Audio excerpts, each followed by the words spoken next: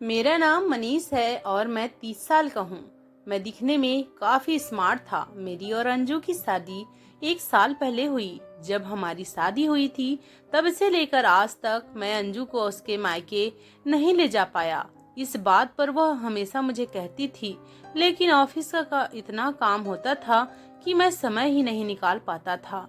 अब अंजू माँ बनने वाली थी, इसलिए मैंने उसे खुश करने के लिए इस बार उसे हाँ कह दिया उसके मायके जाने के लिए। जब उसे यह बात पता चला वह बहुत ज्यादा खुश हुई। वह भी अपने माता पिता को बहुत याद करती थी, इसलिए मैं ऑफिस से कुछ दिनों की छुट्टी ले ली और फिर हम दोनों उसके मायके गए। वहाँ उसके एक बूढ़े पिता थे जो मेरी सासू माँ से लगभग पूरे 10-15 साल बड़े थे।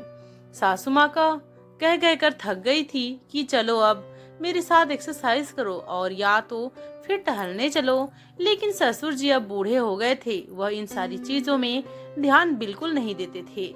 जब हम दोनों वहां पहुंचे तो लेकिन सासू माँ जस्ट उनसे उल्टा थी। वह बहुत बिल्कुल यंग और बहुत ही फिट रहती थी। जब हम दोनों वहां पहुंचे तो हम दोनों ने सास ससुर का आशीर्वाद लिया। फिर मेरी सासू माँ कहने लगी, तो दामाद जी, मैं इतनी भी बूढ़ी नहीं हो गई जो आप मुझे पैर छूकर मेरा आशीर्वाद ले रहे हैं। तब ससुर जी ने कहा, कैसी बात करती हो, वह तुम्हारा दामाद है, पैर नहीं छुएगा तो क्या करेगा। और क्या सासू माँ कहने लगी, मैं तो मजाक कर रही थी। फिर ससुर जी ने कहा, बहुत थक गए होगे, तुम्हारा मजाक बहुत हो गया तुम्हारा मजाक, अब चलो सबके लिए नाश्ता वगैरह निकालो। सासू माँ ने बहुत अच्छे से वेलकम किया और हमारे लिए नाश्ता वगैरह लगाया।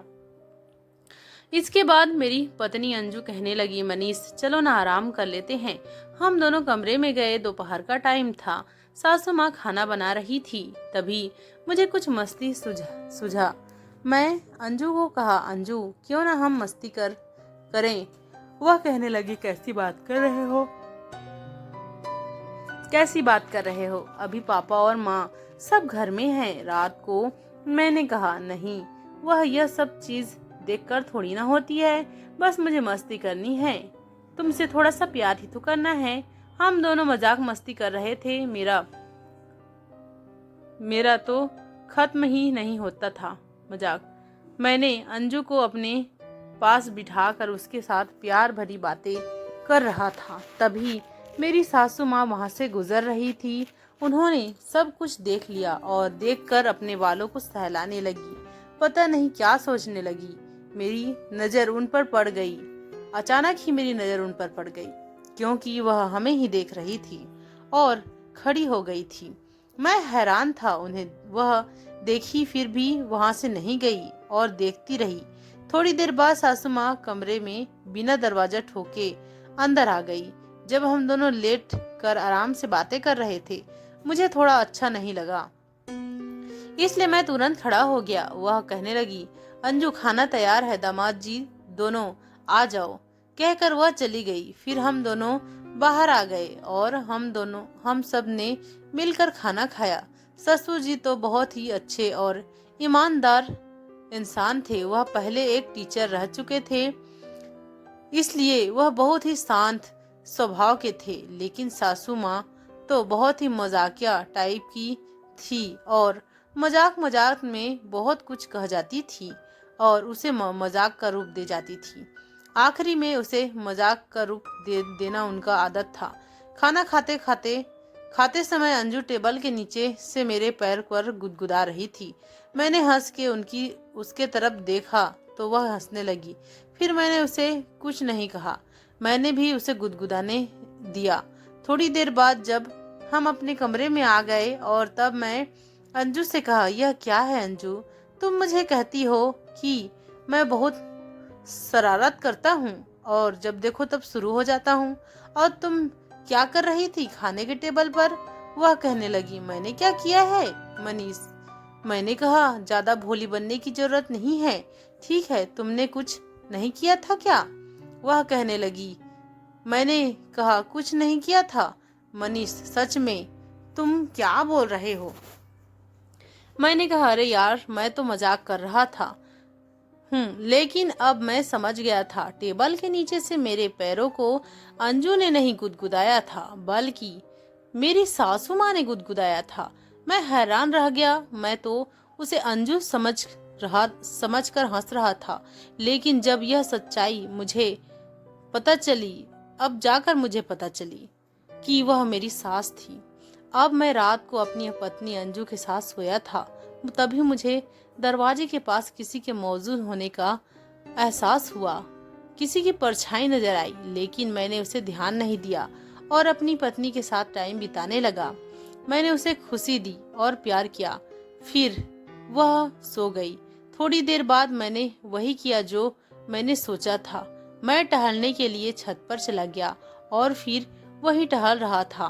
तभी सासू माँ भी वहां आ गई। वह कहने लगी, अरे दामाद जी सोए नहीं? मैंने कहा, नींद नहीं आ रही थी, बस इसलिए टहलने लग आ गया था।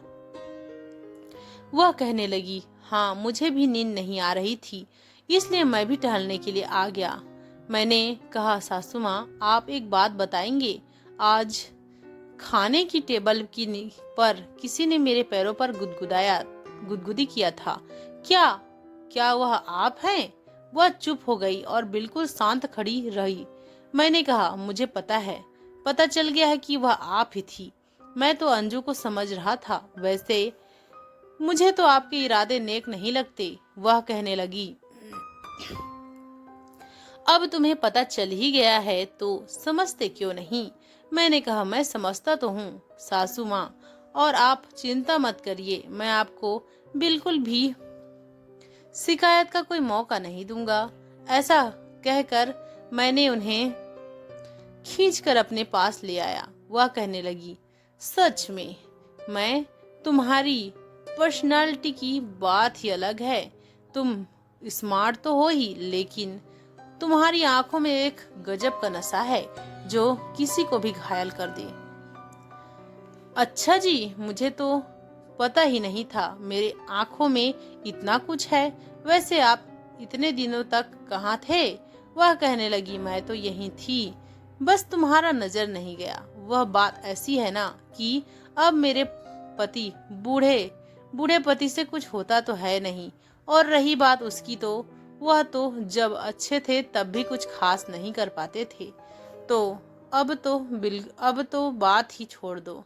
अब मैं समझ गया था वह नया कुछ महसूस करना चाहती थी, इसलिए मैंने उन्हें सख्त चीजों का आनंद दिलाया, मतलब खुशी दी। इसके बाद वह बहुत खुश हो गई और कहने लगी, बस मैं तुम्हारे जैसे किसी का इंतजार कर रही थी जो मुझे खुशी दे सके। सच में बता रही हूँ, तुमने जो आज मुझे दिया है ना, वो उसके लिए तो मैं तरस गई थी।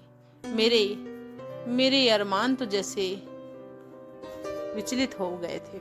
तुम्हारे वजह से आज मेरे जीवन में नई किरणें नजर आई है और नया एहसास मुझे मिला है। तुम्हारे वजह से मेरा सब कुछ अच्छा महसूस हुआ है, मुझे बहुत अच्छा महसूस हो रहा है। फिर मैंने उन्हें रात भर वही वाला खेल खिलाया जिसकी वह इच्छुक थी। मैंने उनका पूरा इच्छा पूरा कर दिया, ऐसा पूरा किया कि वह जिंदगी भर याद रखेंगी। वह मेरे खेल से इतना ज्यादा खुश हुई कि वह कहने लगी, मैं तुम्हारे साथ पूरे जीवन यह खेल खेलना चाहूंगी। कुछ घंटे बाद हम वापस से कमरे में आ गए और नॉर्मल हो गए। अब जब तक मैं वहां रहा, रोज रात को हम छत पर वही वाला खेल खेलने के लिए जाते थे और एक दूसरे को जी भर कर सुकून देते थे। उस खेल से हमें बहुत सुकून मिलता था। पत्नी तो अभी मेरा ख्याल भी नहीं रख पा रही थी और मैं भी उसे परेशान नहीं करना चाहता था। ऐसे में उनका साथ मुझे बहुत ही खुशी दे रहा था। मैं अब बहुत ज्यादा खुश थी, क्योंकि खुश था। यह लम्हा ही ऐसा था कि मुझे उनकी जरूरत थी और मैंने उन्हें भरपूर साथ दिया और भरपूर सेवा लिया और दिया। कुछ दिन बाद मेरी छुट्टियां खत्म हो गई थी, इसलिए मैं अंजू को अपने घर जाने का प्लानिंग करने लगी। यह सुनकर सासू माँ कहने लगी, कुछ और दिन रह जाते तो मुझे अच्छा लगता। अंजू कहने लगी, माँ हम फिर से आएंगे, फिलहाल उनकी छुट्टियां खत्म हो गई हैं तो हमें जाना होगा, और वैसे भी जब मेरा डिलीवरी का समय आ जाएगा तो हम आपको वापस बुला लेंगे, तो हम आपको अपने पास बुला लेंगे। इतना सुनकर तो सासू माँ बहुत खुश हुई और कहें, और मैं भी, हम तो उसी पल का इंतजार कर रहे थे ताकि हम उस पल को फिर से पा सकें। तो दोस्तों, इस तरह से मैंने सासू माँ के साथ बहुत ही खूबसूरत दिन बिताए और आगे भी बिताता रहूँगा। आपको इसकी सेकंड पार्ट चाहिए तो कमेंट करके ज़रूर बताना, और हाँ, स्टोरी कैसी लगी कमेंट करके ज़रूर बताना। स्टोरी को लाइक और चैनल को सब्सक्राइब जरूर कर लेना। आपके लिए ऐसे मज़ेदार कहानियाँ मैं लाते रहूँगी। धन्यवाद।